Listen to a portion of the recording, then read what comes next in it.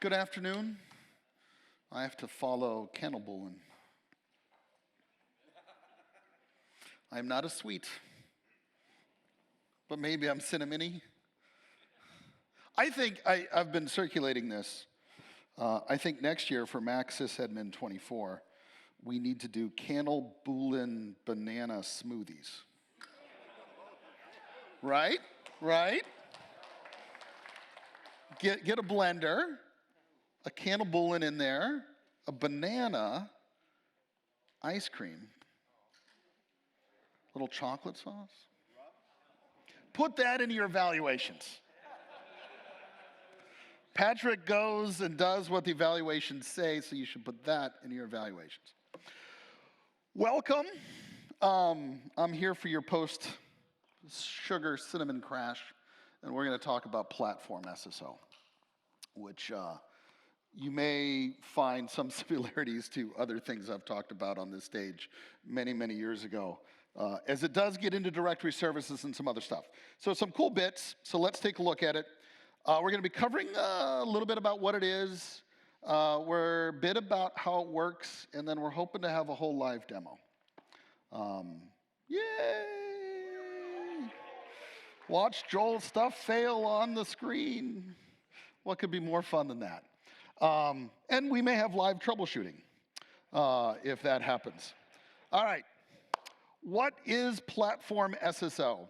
It's been around now for over a year, but you probably didn't necessarily know that because there aren't, as far as I'm aware, any shipping products that actually use it. Sometimes it happens. So requires Mac OS 13. It's only on the Mac. There's nothing for Platform SSO on iOS. Maybe that makes sense. I think it does. Connects your Mac to your IDP. The original kind of purpose of this, I didn't write it, so maybe insinuating a little bit here, but it wasn't so much to do the password synchronization, which I think is what a lot of people are interested in it for. But instead it was to ensure that you always had SSO tokens. If you're familiar with Apple's single sign-on extension, that allows you to add tokens and other kind of authentication factors into URL connections, right? But to do that, you have to have a token, you have to have a session cookie, you have to have something in the first place. So a user still had to sign in. The nice bit about Platform SSO is that it creates that initial sign-in first. And depending on how you set it up, there's a couple of variations. Just by logging into your Mac at the login window, you can effectively sign into your IDP, get that set of tokens, and then those tokens can be used by the single sign-on extension in Safari, sometimes other apps, and would then be able to express your identity across the world without you having to sign in again. So we're not, and passwordless and everything else is kind of outside of this. We'll talk about that in a little bit. But the goal is that you don't have to sign in as many times. Right now, if you have a product like some of the ones I've written in the past that we won't name because I don't work at those companies anymore, you might have to sign in at the login window, woo, and then sign in again at the browser, right? Not a huge deal, but it's maybe 50% or 100% more signing in than you need to. So that's one of the big features of Platform SSO, and when that fits together, works out really well.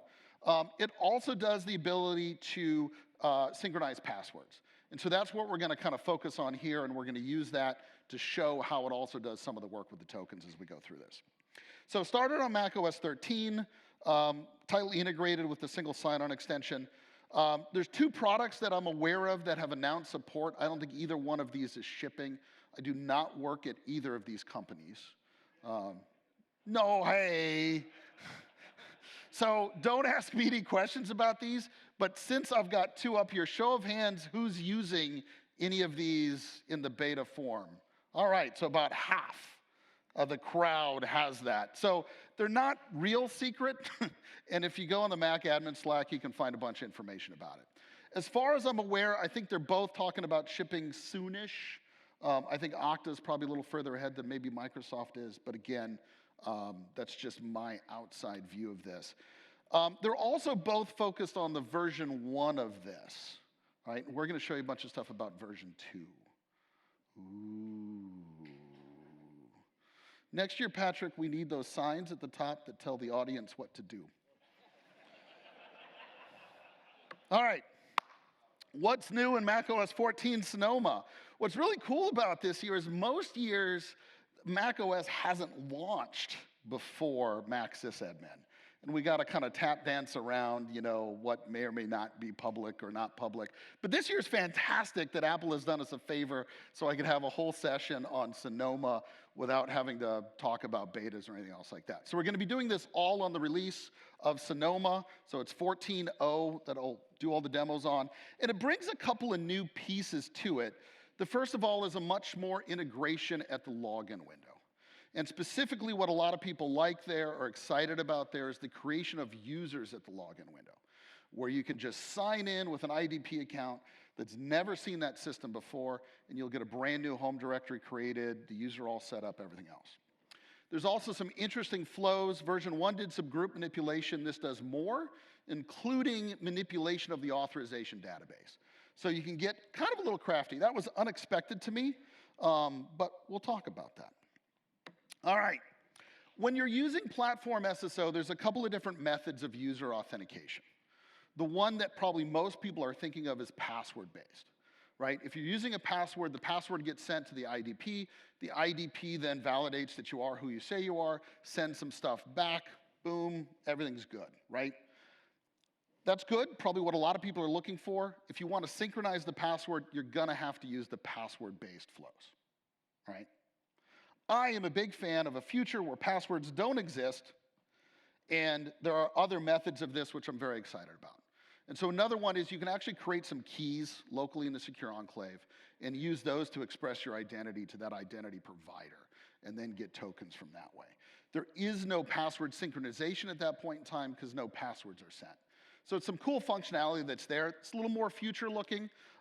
It gives Apple maybe in a place where they can mirror a little bit more of what Windows Hello for Business does. If anybody's using that, where you end up with a PIN and then you have a PRT that's being used, there's some similar flows in here that you might find. Also some support from smart cards. Smart cards is a thing that don't seem to go away, so they're still around. And we will not talk about this because we are not barbarians, but there is a WS Trust flow, which I assume is to support some ADFS environments that can go through here. Use something more modern. Sorry. All right, we're going to focus on the top one as we go through here because that's the most interesting as far as demos go, and also has some cool side effects. It's also, I believe, what you need to do the user creation at the login window. Because if you're not doing a password synchronization, you've got no way of creating a new user. So this is the one that you want to do if you want some of the newer functionalities. Couple of prerequisites that you need. You need an application with the extensible single sign-on extension. Apple sometimes calls this ESSO, sometimes calls it SSOE, sometimes it's DEP, sometimes it's ADE, right? Whatever. Anyway, so you need an extension in an app. This is an app that's probably going to live in the applications folder. It has to be available to all your users. And you can go into Xcode. You can create a new app extension for it. Very similar because it is the same as the single sign-on extension as you would have in there. It needs to be configured through MDM, all right? You can't just push a local profile. You can't just twiddle defaults. You actually have to have an MDM pushing the configuration for this, right? Just keep that in mind if you're going to be doing any sort of evaluation or playing around. The vendor that does Platform SSO does not have to be any way related to the vendor that does your MDM, right?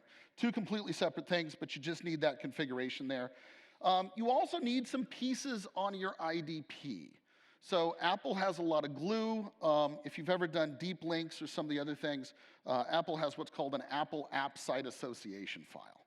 And that file is a little bit of JSON that says, this particular bundle ID signed by this particular developer can be authoritative for content on this site. And this is the glue that connects your Platform SSO extension into the identity provider that you're using and allows it to be authoritative for those URLs. So if you don't have that, or if you can't put that site on your identity provider, it's very hard for you, for example, to just create your own single sign-on extension that you would want to become authoritative for whatever IDP you might have. Because you have to be able to put that file up there on that domain, and it has to reference then the software that you have. So Again, keep that in mind. All right, let's talk about how it works. Note, there's a lot of really cool stuff that's going on. I have abstracted a lot of that. We could talk about crypto and ECDH and Concat KDF as we go through here, and I'd get really excited about that, but we'd probably lose a chunk of the audience. So I have abstracted a lot of the little bits and pieces when we go through some of these flows just to show you the basic parts that are going on. So just keep that in mind. If you're going to build one of these on your own, there's some other bits that go on here. All right, prep work. We got to have an identity provider. That's going to have this Apple App Site Association file, a little bit of JSON. It's got to have publicly trusted certificates. It's very hard to do this because Apple wants to make sure these all go back to a trusted root. So you have to have a trusted certificate out there. You can't just create your own and install the root certificate on your Mac because Apple knows those games and they won't trust those certs. So it has to be in the system store. So that's one of the ones that you're probably going to purchase, or if you want to play around with this, Let's Encrypt is a fantastic way of getting a certificate that will provide that. Secondly, you're going to need to have this app, and you're going to have that MDM profile, right? Anything that can push an MDM profile can do this. Really simple. It's not that complex of a profile. You just need something that can put that down there. As soon as you turn it on and get it all set up, you're going to get a device registration notification. So the user will see this pop up in the upper right-hand corner. We're going to show you this live here in a little bit. And then they'll be able to interact with that. That'll register the device. The device will send up an encryption and a signing key. That goes up to your identity provider. That's what the identity provider is going to use to secure the communications with that device. All right? So these keys are there, created by Apple, created by the Platform SSO service underneath the covers. Those go up to the identity provider, so you've got a good way of actually validating the connections. So that's great. You're then going to have the users prompted for their password. This is how they set it up and initially do it. System authentication in the first place, you can see this is a Mac, an actual Apple system UI there. Again, put your password in there. And then the user will get prompted for their password in the cloud. And there are a couple of ways that an app SSO or a platform SSO provider can kind of maybe intuit some of these and show maybe one less screen, but the user does have some interaction that they have to do. They're effectively kind of opting into this flow and going through these screens here. So you'll put in your username and password for the identity provider. That will then get set up to the IDP. In this particular case, we're using your password. However, like I said, there are other flows that use just certificates, key pairs effectively, smart cards, and WS Trust. So there are some other ways. But again, I think probably the most popular one is going to be setting up the password. The identity provider will validate the password if you put in the right one, or you convince it it's the right one. I guess it doesn't have to be the right one. It'll then make an ID token and send that ID token back down. Anyone that's done any work with OpenID Connect, this is an OpenID Connect ID token. It's got claims in it, it's got an expiration, it's got some other pieces in it. It has group membership in it. And that group membership is what's going to determine what groups you are in locally and some of what the authorization database is going to be able to allow you to do. You're going to see some fun stuff in the prefs. You're going to be able to see a network server. Under that, you're going to have your platform single sign-on extension with a handy button to open directory utility. Who's opened directory utility in the last 5 years? Wow, that's more than I was expecting. All right, who's opened in the last 12 months? Oh, wow, all right. Man, are people still like AD? Oh, I'm sorry. I'm sorry. Well, that's why you're in this session, right? That's why you're in this session. All right, so cool. So we got users and groups. We got some other stuff in there. Fantastic. You can see, and all of this will get turned on as soon as the platform SSO is set up. And once a user has been set up, you're actually going to see some new things in their user pane inside system preferences. And a couple of things I'll point out. First of all, at the top, the password change button is eliminated. Hooray! Exactly. So it's a really cool feature. Apple knows you're using Platform SSO. It knows your identity provider is authoritative for your password, so it won't even give you the option to change it locally. So that's something you're probably interested in. And then down below, you're going to see some green jelly beans. And that lets you know that the registration has succeeded. That's at the device level, and that tokens are present. And if things do go wrong, we'll talk a little bit about troubleshooting. Hopefully we don't have to do it live. Talk a little bit about troubleshooting. These buttons are kind of the best and only way to interact with either resetting it up or getting a good feeling for whether things are working or not. So if those are green, you're pretty good. If those are red, you know, maybe you got a problem. All right, do you want to see it? Yeah! All right. I thought I could do that, but let's do this. All right, come on, wake up. All right, so here we have a VM running macOS 14, the release, and if I can remember my password. All right, so here we're in pretty standard setup.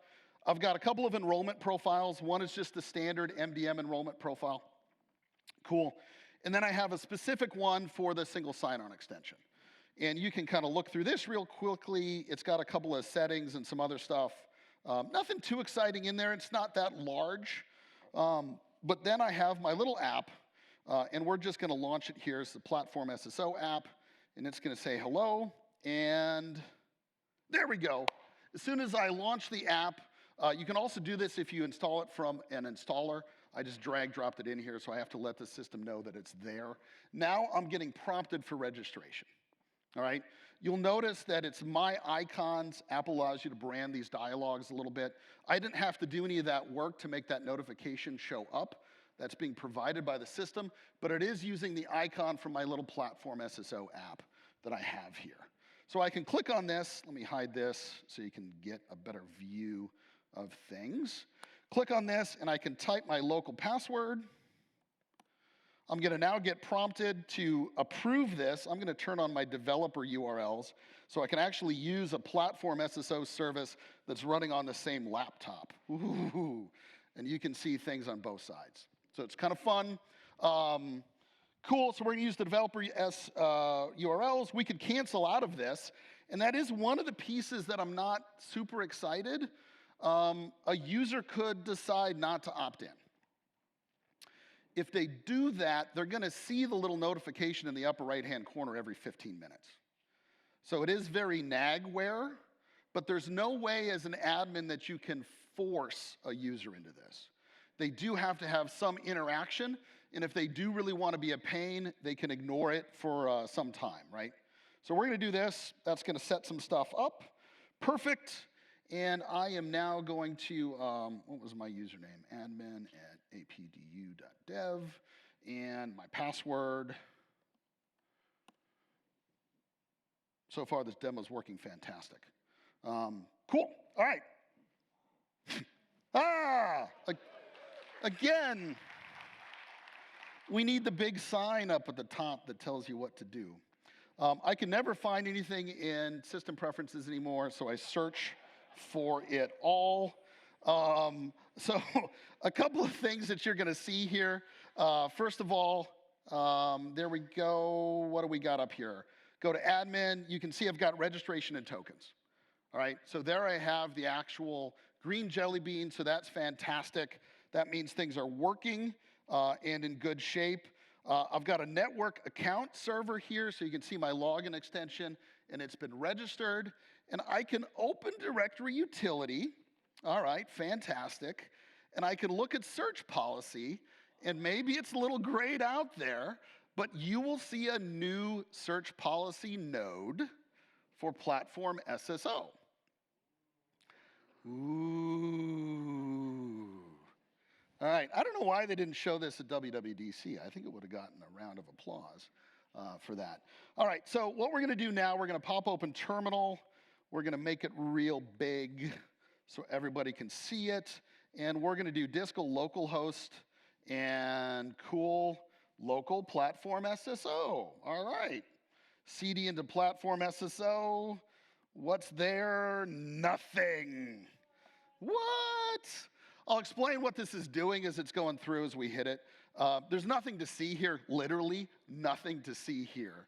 It is a stub Open Directory node that's being used during the login process to kind of inject some stuff. It's cool and it's exciting, but some of you, especially if you saw the previous session, might start having some thoughts about there is maybe some ways that now there's interesting new things on a system, right? Cool, all right.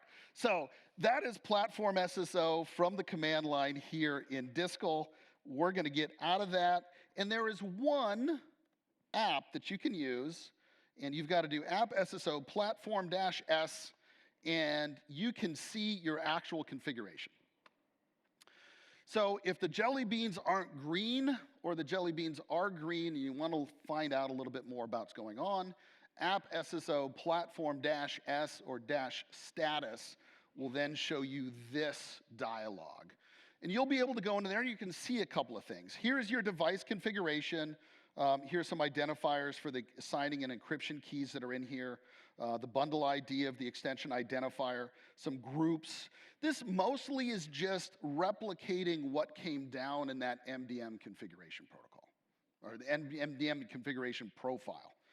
All right, of note, protocol version 1, is this the first or the second version? It's the second version. What's the first version? 0. Don't lose an afternoon thinking you've messed up your code because it's still doing protocol version 1 when you wanted it to do protocol version 2, because 1 is 2. Just, I'm saying that out loud, so if I ever get back here again, I can watch this session and I will remember this. You can see some endpoints that I've set up that are in here. I've got my well-known Java web key set, some other bits that are in there. And then I actually have my user configuration. So this is gonna be a little bit different for each user that's on the system. There's a certificate that's referenced in there, some other pieces. My username is blurred out with just asterisks, but that's my name as it appears on the IDP. When you're doing a setup like this, when you haven't created the user from the beginning at the login window, your IDP username and your local username could be two different things. All right? I have taken a local account called admin. I could have associated it with Fluffy Bunny 75.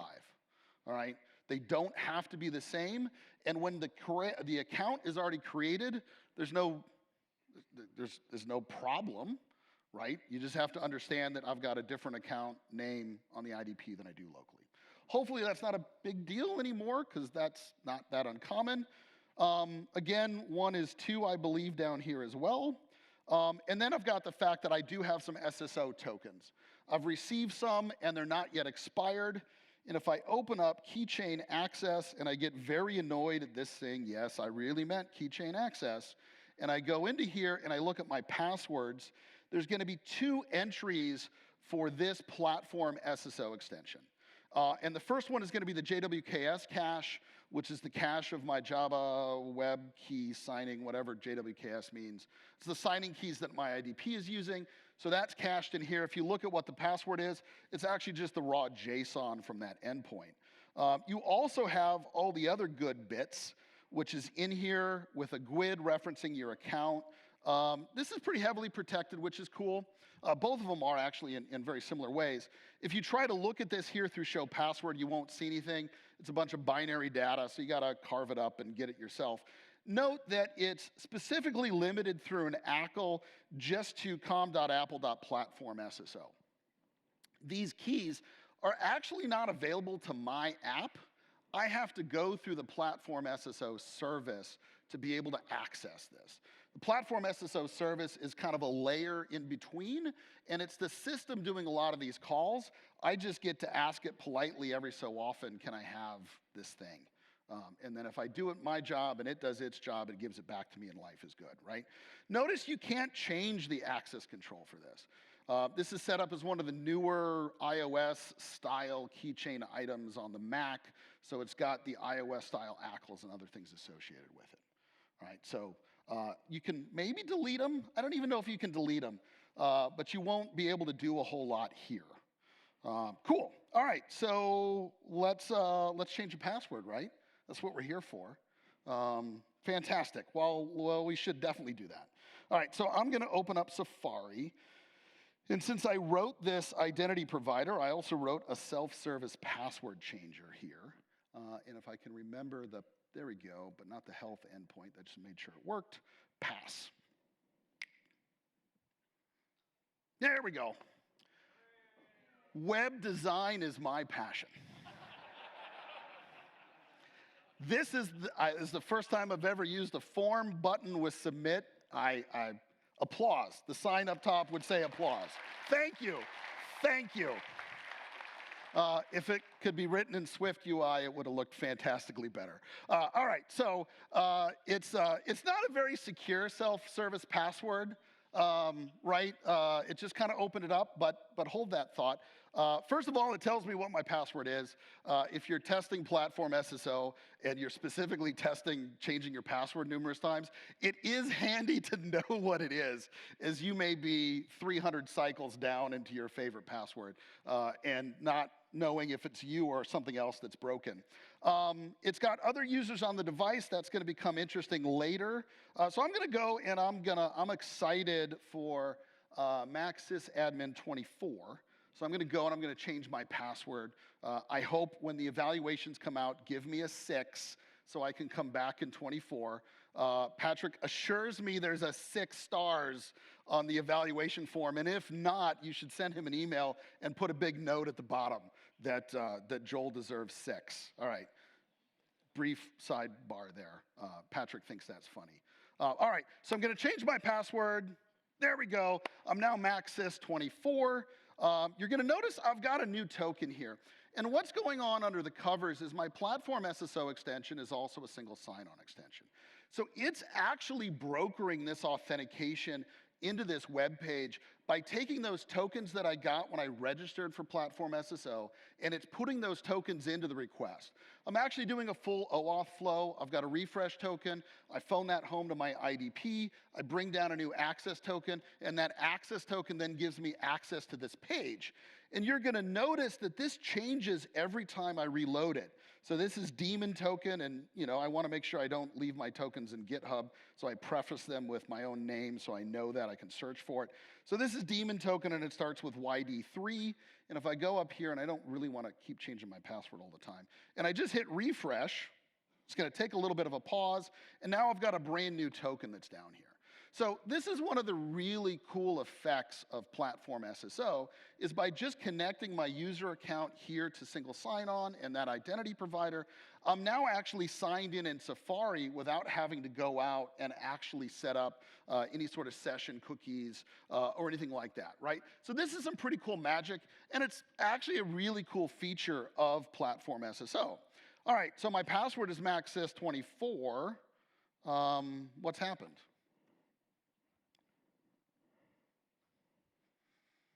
Yeah, come on, this is easy. What's happened? No? Nothing! An important part about Platform SSO is there is no push notification or anything else like that. When you change your password on the identity provider side, the identity provider has no way to inform the client that this change has happened, right? One way of phrasing this is password checking is done in a lazy fashion. All right. Now, if I do this and I log out, so I go over here, and that annoys me that every time I click on the desktop. It only annoys me because my desktop is really dirty, so I'm never clicking on the background. But here in these VMs, I'm always clicking on an empty background, and so it then goes all away. All right, so I'm now back in the login window. What password can I use, 23 or 24 here? 23 or 24. Are we taking bets? You want me to try 23 first?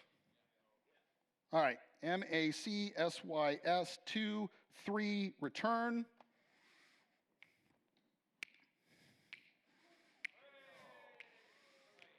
Wait!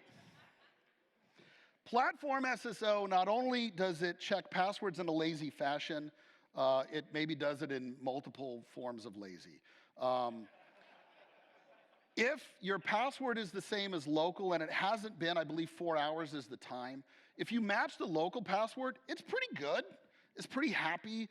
You've got SSO tokens that already exist, so those are cool. You're already signed into your IDP. I don't even need to check in with the IDP. Brrr. All right, so that happens.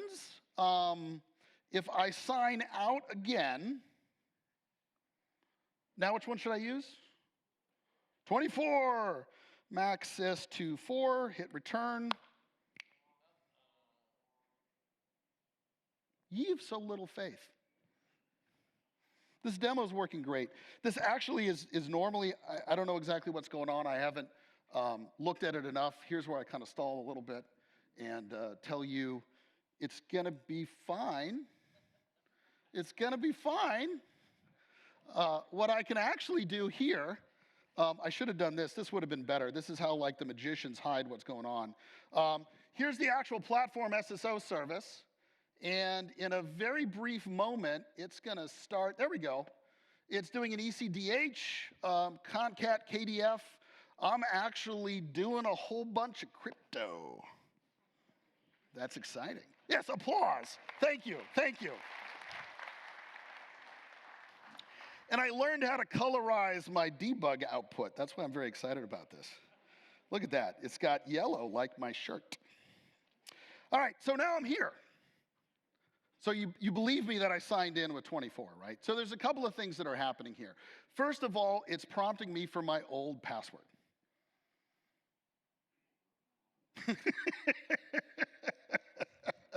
Your previous macOS password is required to sync your password. Please enter your password to allow this. So a couple of things that we'll look at real quick. First of all, if I open up keychain access, what do you notice up here? It's already unlocked. How did it already get unlocked? Does anybody know? Kind of, sort of, but not really. Not even quite. Magic. So let me do this. I'm going to type in Mac sys23. Nothing changed. And you should notice very shortly that I get a little notification up here saying, hey, friend, there you go. Your password has been synchronized with your Daemon Imp Cloud account. So I know that everything's happened and it's good and comfy here. So how did the actual password get changed? Push magic. Actually, no. That's wrong. No questions are wrong, but that statement that was shouted out was wrong. Sorry, was that Andrew? All right, good. Then I feel better. If it was somebody I didn't know, I'd feel really awful right now. And Patrick would escort me off the stage. All right, so a couple of things here. So since we're in directory utility again, we're actually going to look up this user. Here's my admin user. There's a couple of fun things here. Actually, let's get this in a way you can see it. Disco localhost, cd local, default, right? Users, read admin. Oh yeah, I've got the soccer ball as the icon.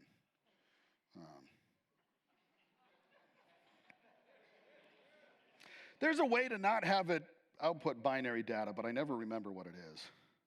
So there we go. Scroll, scroll, scroll, scroll. Hey, here's the stuff that we actually care about up at the top. All right, so a couple of fun things in here. First of all, hey, FV token secret. Yeah. File Vault. This is a key to unlock File Vault on my behalf. Think of it kind of like a bootstrap token. It's been encrypted. This is where all the ECDH and a lot of the crypto came in.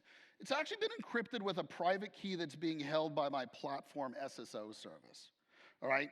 So notice when I signed in with my new password. I was never asked to sign in again or anything like that. The keychain was already unlocked. It's because I actually have, what's the best way to show this? I always never go to the right place. Let's go system information, system profiler, right, system information. From the command line, it's system profiler, but from here, it's system information. Hey, smart cards. I have a smart card. I don't have a smart card. So this is a persistent token.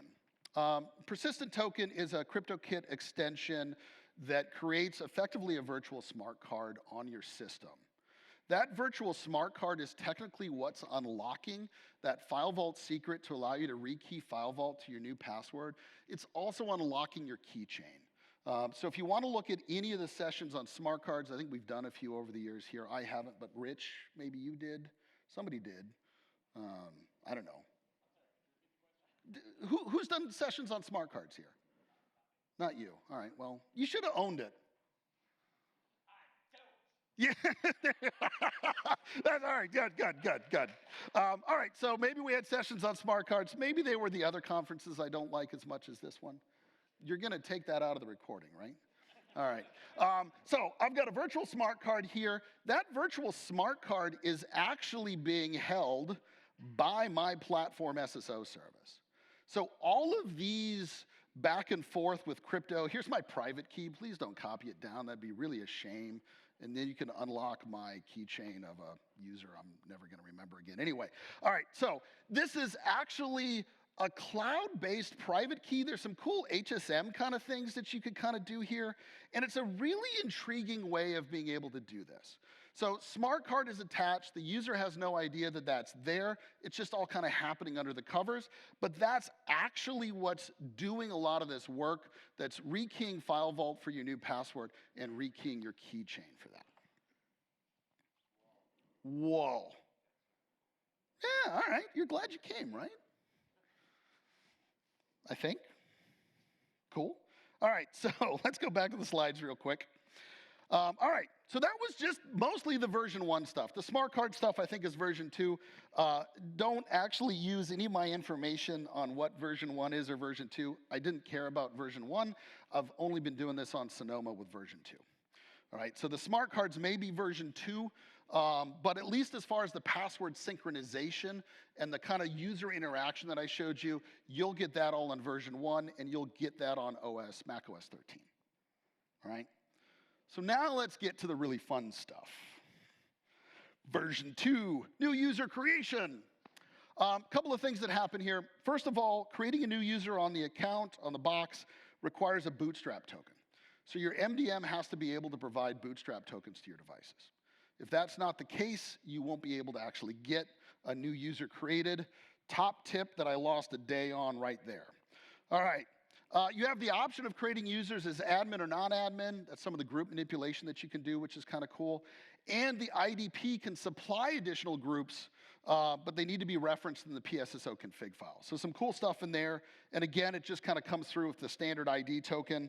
If you want to see that, I can show you that in a little bit. Username has to have an @ sign in it.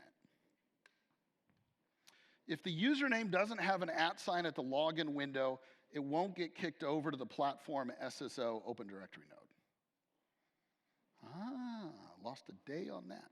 Actually, a week. There you go. All right, so I set up my password. I get an ID token back. That ID token, that's when you kind of see the swirly. That creates a user. Ken has cert. This is where we set up all the smart card stuff. Certs come down, and that's where the smart card kind of gets injected. And then you have a kind of a pretty normal user creation flow after that, which we're going to show you in just a little bit. And then whenever you use it, that's actually an ECDH. These are P256 keys. They have to be because they're in the secure enclave, and the secure enclave only supports P256. All right, that should be a trivia question. And that sets up file vault and keychain that you have in there. All right, so that's how kind of the magic is.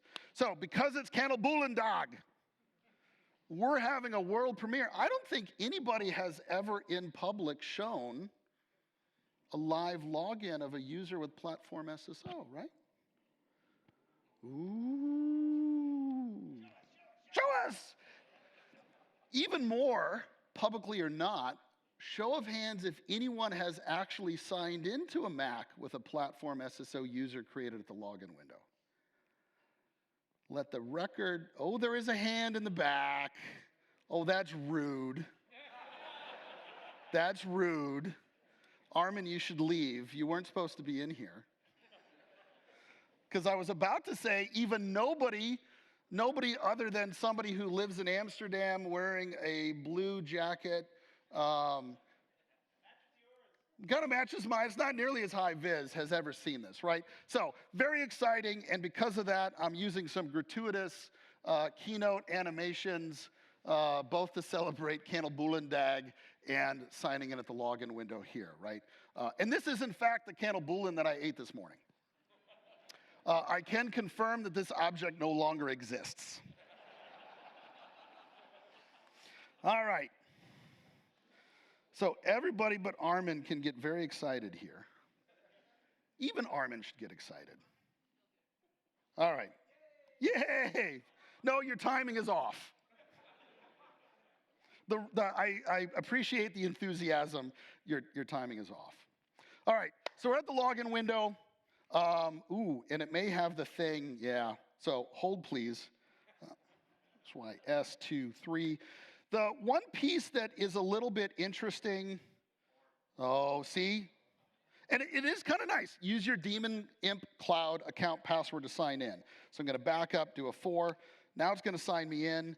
You're going to see there is a little bit here that's going on. So this is actually the token that's coming down with the groups and the other things that's in it. So now that I'm in, I always got to remember this. So I go into this folder, and I find this defaults command that I've got to run, and then pop back into terminal, and do that, and then Mac sys24. All right, cool. Now I can sign out.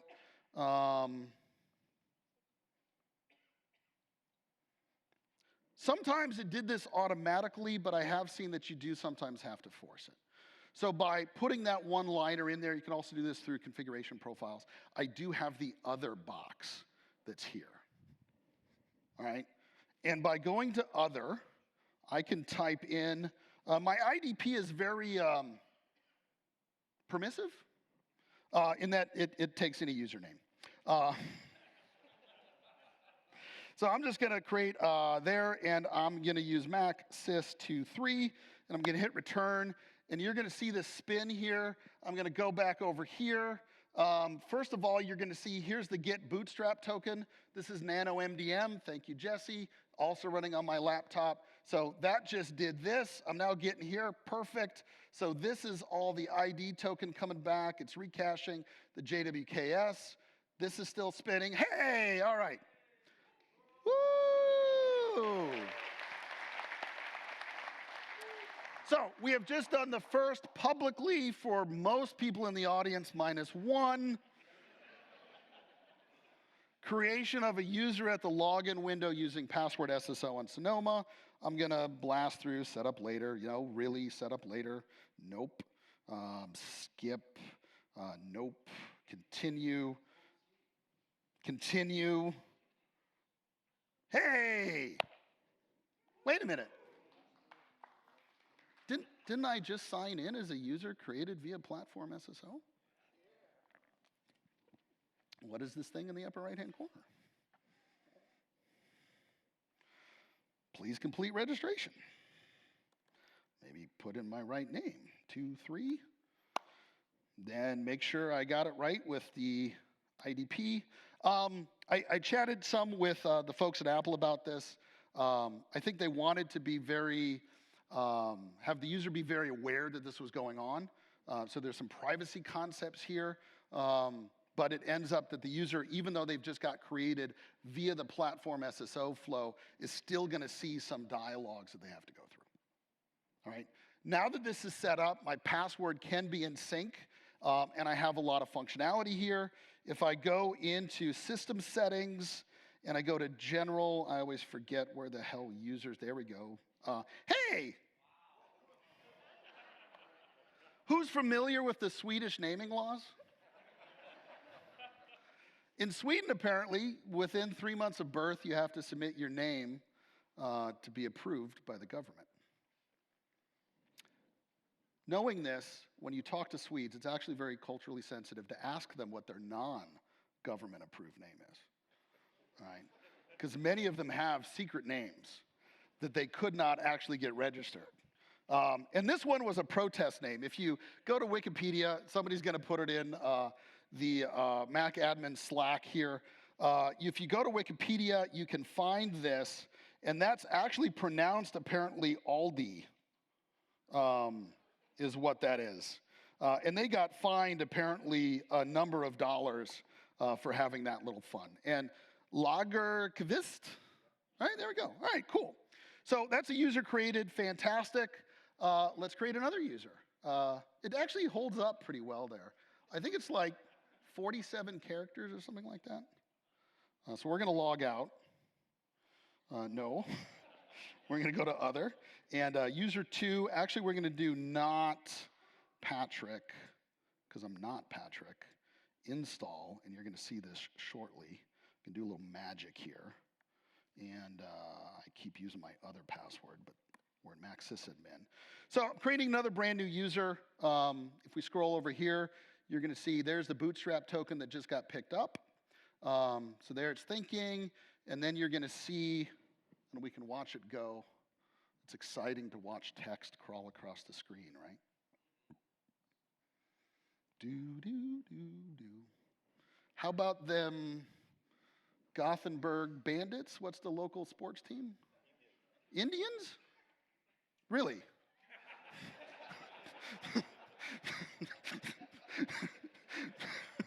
Okay. was not necessarily expecting that. Mental note, don't ask about the Gothenburg sports team here. All right, we've signed in.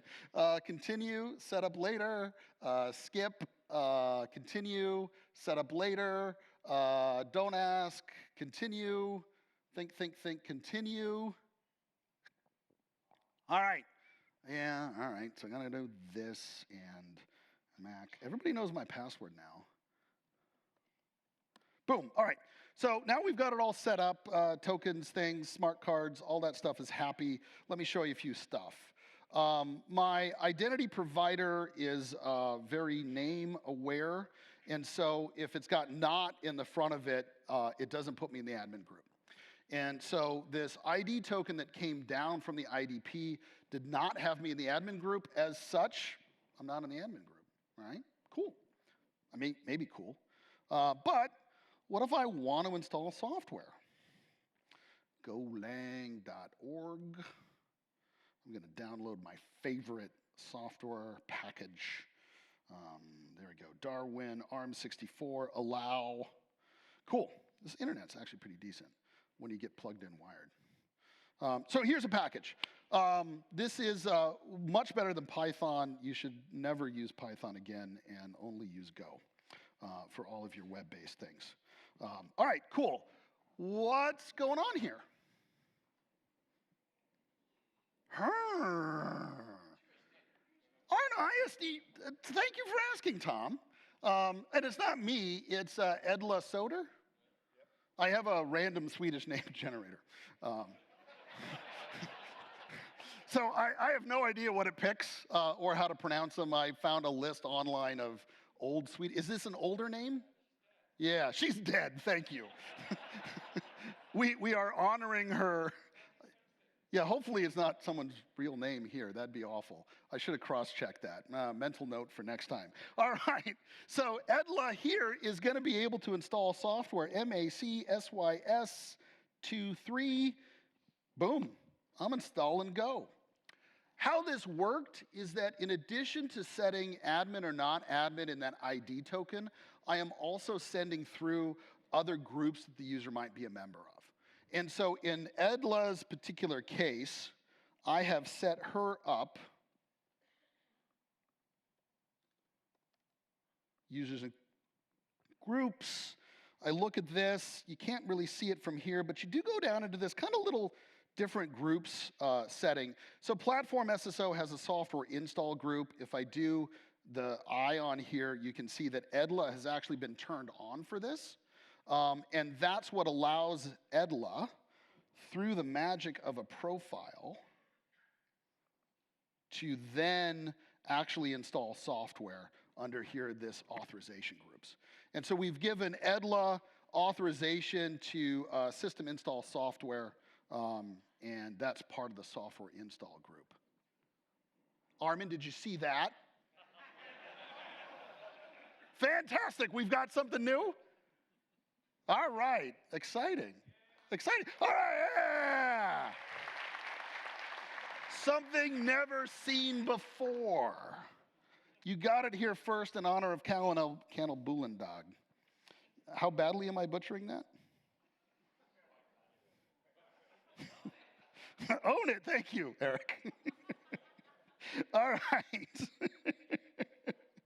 All right, Cannel Bullendog world premiere. You're gonna have to see the animation again. I did spend a lot of time on it. There we go. So authorization groups, these are kind of the same authorization groups that you've seen before. So if you look at var-db or use the security db, security authorization db command, that's effectively what you're doing. There's not a lot that's really changed. You could do this yourself by manually editing a bunch of files, but it gets brittle. So this is actually a pretty nice way of being able to put users into these groups and then have these groups associated with various authorization rights. It is a little bit tricky because just like password changes, group changes don't get pushed, all right? So if you remove a user from an admin group, it may actually be quite some time before a new ID token is generated and that comes down to the system.